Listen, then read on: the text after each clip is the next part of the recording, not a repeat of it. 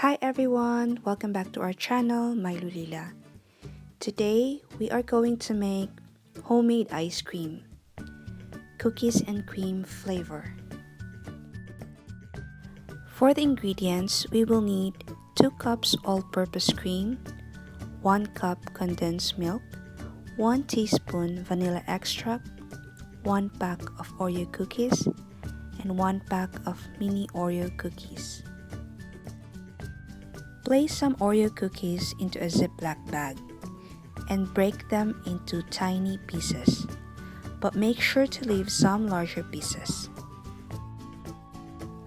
Combine the liquid ingredients, the cream, the condensed milk, and the vanilla extract. You can do it manually or using an electric mixer. Fold in the crushed Oreo to the liquid mixture. Place the mixture in a container and add the mini Oreos on top. Refrigerate for 4 to 6 hours. What's your favorite ice cream flavor? You may leave in the comment section below. And please don't forget to subscribe and to click the notification bell so that you'll be notified for our next upload. See you later. Thanks for watching. Bye.